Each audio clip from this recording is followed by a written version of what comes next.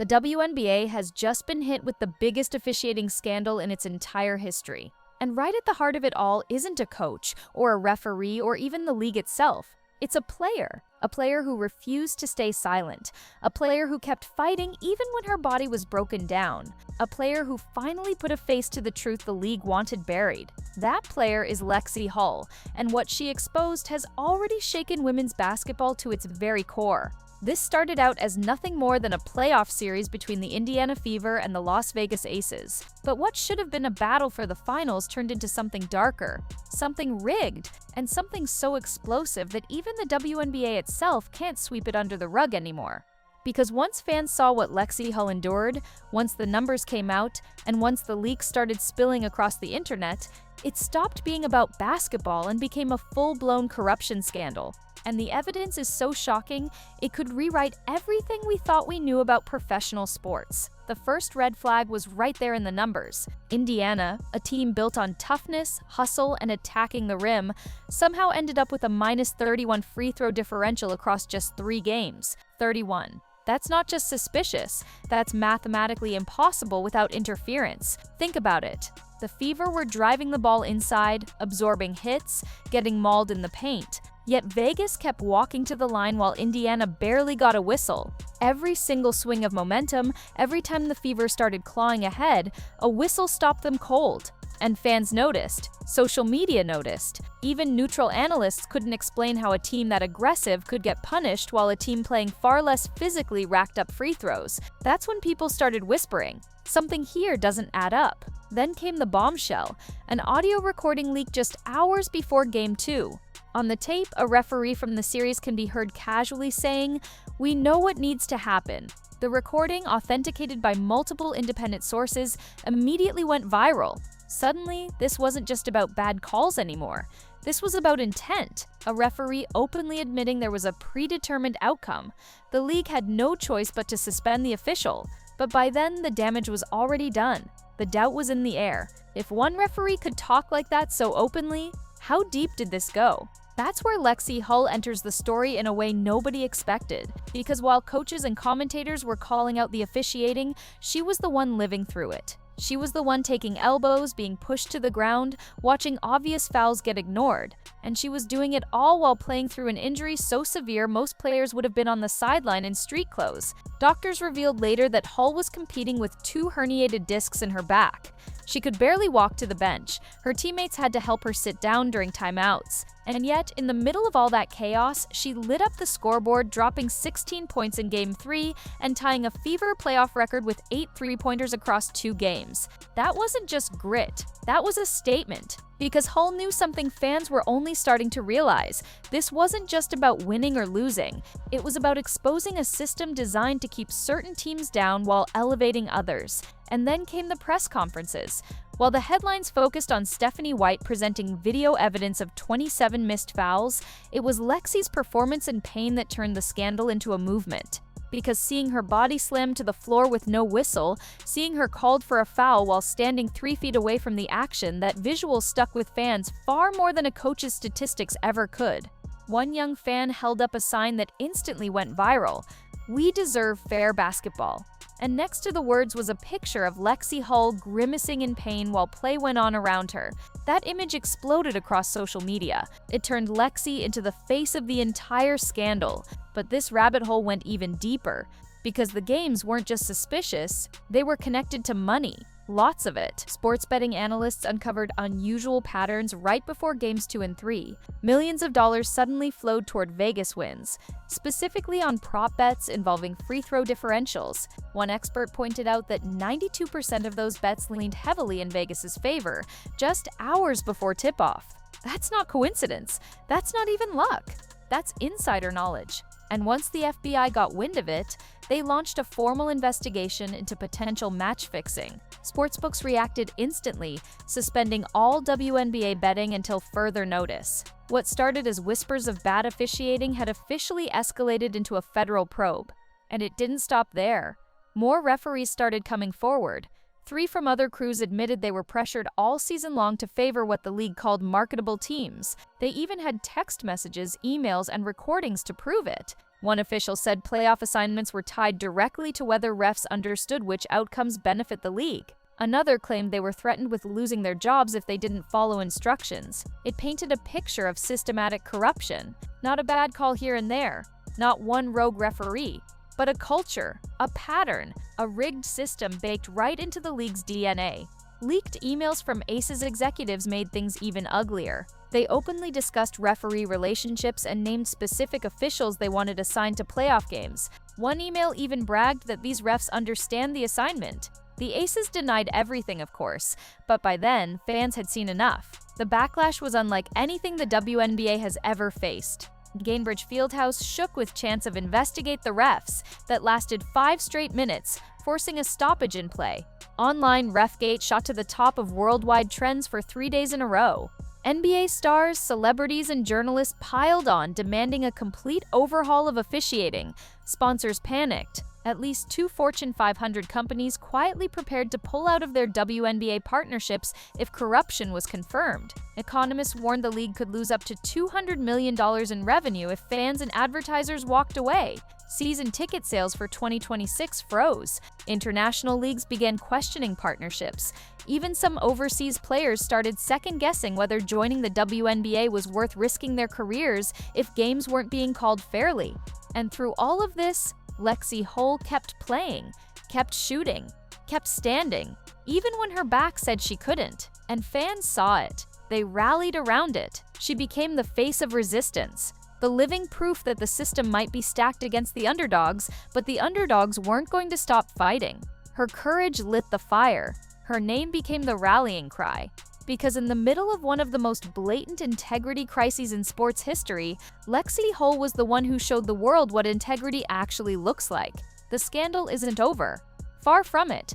Lawsuits are piling up. Coaches are banding together. The Players Association is threatening strikes. There's even talk of introducing independent oversight committees or automated foul detection technology to stop this from happening again. But the question that lingers is simple. Can trust ever truly be rebuilt? Because once fans see a game as scripted, once players believe outcomes are predetermined, that wound doesn't just heal. Every whistle from here on out will carry suspicion. Every close game will feel tainted. Yet maybe, just maybe, this will be remembered as the moment women's basketball finally turned the corner. Not because of executives, not because of officials, but because one player refused to stay silent, refused to bow to the odds, and refused to let corruption go unchecked. Lexie Hull didn't just survive the scandal, she exposed it. And for that, fans will never forget her name. But here's the part that makes this whole story even more powerful. Lexie Hull never asked to be the center of this scandal. She never gave a fiery press conference, never called out the refs directly, never played the victim. She just played basketball. She absorbed the hits, she made the shots, and she stood tall, literally shaking from pain but refusing to quit. And that's exactly why she became the face of the truth. Because fans can ignore stats, they can dismiss coach complaints as sour grapes. They can even excuse a few missed calls. But what they can't ignore is the image of a young player being hacked, slammed and robbed of fair play right in front of their eyes. They can't ignore the raw courage of someone fighting through injury, playing the game the right way while the system itself tried to bury her. And that's why the scandal exploded. Stephanie White may have presented the numbers. Reporters may have analyzed the footage, but it was Lexie Hull's body, her bruises, her back injury, her sheer willpower that put human proof behind the corruption. She didn't need a microphone to expose the referees. Her suffering exposed them for her. Fans responded in ways the league didn't see coming. Gainbridge Fieldhouse became ground zero for a fan uprising. 5 straight minutes of investigate the refs chants wasn't just noise, it was rebellion. It was the sound of thousands of people saying they won't be lied to anymore. Social media picked up the movement and turned it global. The hashtag Refgate trended #1 worldwide for 3 consecutive days. Clips of Lexie Hull taking hard hits with no calls racked up millions of views. Memes spread like wildfire. Even NBA stars and celebrities jumped in, some posting side-by-side comparisons of Indiana getting mugged while Vegas walked to the line untouched. One viral post read, "This isn't basketball, this is fraud." Another simply said, "Lexie Hull deserves better." That's when the narrative shifted. This wasn't just a fever problem, this was bigger. fans of other teams started speaking up, remembering their own games against Vegas that felt suspicious. Former players came forward with chilling stories of refs threatening them, telling them to shut up or it will get worse. Suddenly, what happened to Indiana didn't look like an isolated incident. It looked like a pattern stretching back years. And then came the sponsors. Money talks, and nothing terrifies a league more than big brands pulling out. Behind the scenes, at least 2 Fortune 500 companies were reportedly preparing to yank their partnerships if the investigation confirmed corruption. One executive was quoted as saying, "We can't attach our brand to a rigged product." The financial fallout could be catastrophic. Economists estimate the WNBA stands to lose up to $200 million if confidence isn't restored quickly. Ticket sales for the 2026 season have already stalled. Merchandise sales dipped the week the scandal broke. International broadcast partners are quietly reassessing their contracts. The damage isn't just short-term. This could derail the league's long-term growth for a decade or more. And once again, Lexie Hull is at the center. Because every article, every news segment, every trending post circles back to her image, her grimace after a missed call, her wobble back to the bench, her determination to keep fighting. Whether she wanted it or not, she has become the symbol of integrity in a league that just lost its own. Meanwhile, the FBI investigation dug deeper. What they found sent more shockwaves across sports media. Betting markets weren't just shifting before games, they were shifting in ways that lined up perfectly with officiating patterns. Prop bets on free throw differentials, they hit almost every time. Vegas victories after suspicious whistle runs, the money moved right before tip-off. Analysts pointed out that 92% of prop bets involving free throws favored Vegas, and millions of dollars flooded in hours before the games. That's not random, that's information. And when you combine that with a referee literally caught on tape saying, "We know what needs to happen," the picture becomes clear. This wasn't sloppy officiating, this was orchestrated. But here's where the story gets even uglier. Multiple referees from across the league came forward as whistleblowers, confirming what many already suspected. They were pressured all season long to favor marketable teams. In plain English, that means big-name franchises and players were being handed unfair advantages to boost ratings, ticket sales, and sponsorship money. One ref admitted they were told outright that their playoff assignments depended on understanding which outcomes benefit the league. Another revealed they were threatened with termination after refusing to call predetermined fouls. Some even provided text messages and emails showing direct pressure from supervisors. And then the Vegas emails leaked. Internal communication from Aces executives explicitly mentioned referee relationships. They listed officials by name, refs they trusted, refs who understood the assignment. One email even bragged about securing specific referees for playoff games. The Aces denied it, of course, releasing a carefully worded statement about respecting the integrity of the game. But by then, the damage was done. Fans didn't believe them. Reporters didn't believe them. And most importantly, the players didn't believe them. Because players know. They feel it on the court. They know when a whistle is fair and when it isn't. And now, with the whole world watching, they weren't afraid to say it. Lexie Hull's teammates started speaking up. Aaliyah Boston admitted she felt helpless being tossed to the ground with no calls. Kelsey Mitchell said she'd never seen such a lopsided whistle in her career. Even opposing players started whispering that the whole situation didn't sit right with them. One Vegas starter was rumored to be considering a trade, not because of money, not because of playing time, but because they wanted to win fairly or not at all. When your own players don't trust the victories you're racking up, you've got a crisis bigger than basketball. And what about the coaches? They'd been warned all season not to criticize officiating publicly or risk massive fines. One coach revealed they'd been hit with a $50,000 fine just for asking why a call wasn't reviewed. Another admitted they had a folder with over 300 questionable calls from the season, but they were too afraid to release it. Stephanie White broke that silence. She rolled the dice, presented her evidence, and forced the issue.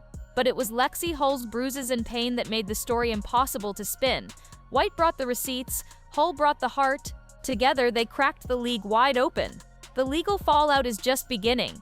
Fans who bought tickets are filing lawsuits, demanding refunds on the grounds that they paid for fair competition but were instead given a predetermined outcome. Lawyers are calling it fraud, comparing it to the quiz show scandals of the 1950s. One attorney said, "When you sell competition but deliver scripted entertainment, that's fraud, and it's actionable." Class action lawsuits are brewing. Coaches' associations are considering legal action for being silenced. Player safety experts are calling out the league for ignoring dangerous fouls that could have ended careers. If the courts agree, the WNBA could be staring at one of the most expensive legal disasters in sports history. And yet, through all of this, the image that defines the scandal isn't a referee, or a leaked email, or even Stephanie White's tablet presentation. It's Lexie Hull, wincing in pain, walking gingerly to the bench, shooting threes with her back on fire, standing as living proof that the game was rigged against her and still fighting. That's why fans are rallying behind her. That's why her name is trending. That's why even rival fan bases are uniting in solidarity, because she represents everything the league pretended to stand for: toughness, resilience, and integrity. Now, the WNBA faces a choice. They can either come clean, overhaul officiating, and rebuild trust, or they can keep hiding, keep silencing, and watch the league collapse under its own corruption. Independent oversight committees are being discussed. Automated foul detection technology is being fast-tracked. Some even whisper about replaying parts of the playoffs, though the logistics make that unlikely. But make no mistake, change is coming, because it has to. And when fans and historians look back on this moment, they won't just remember it as the league's darkest hour. They'll remember it as the moment one player's courage forced an entire system to confront its own corruption.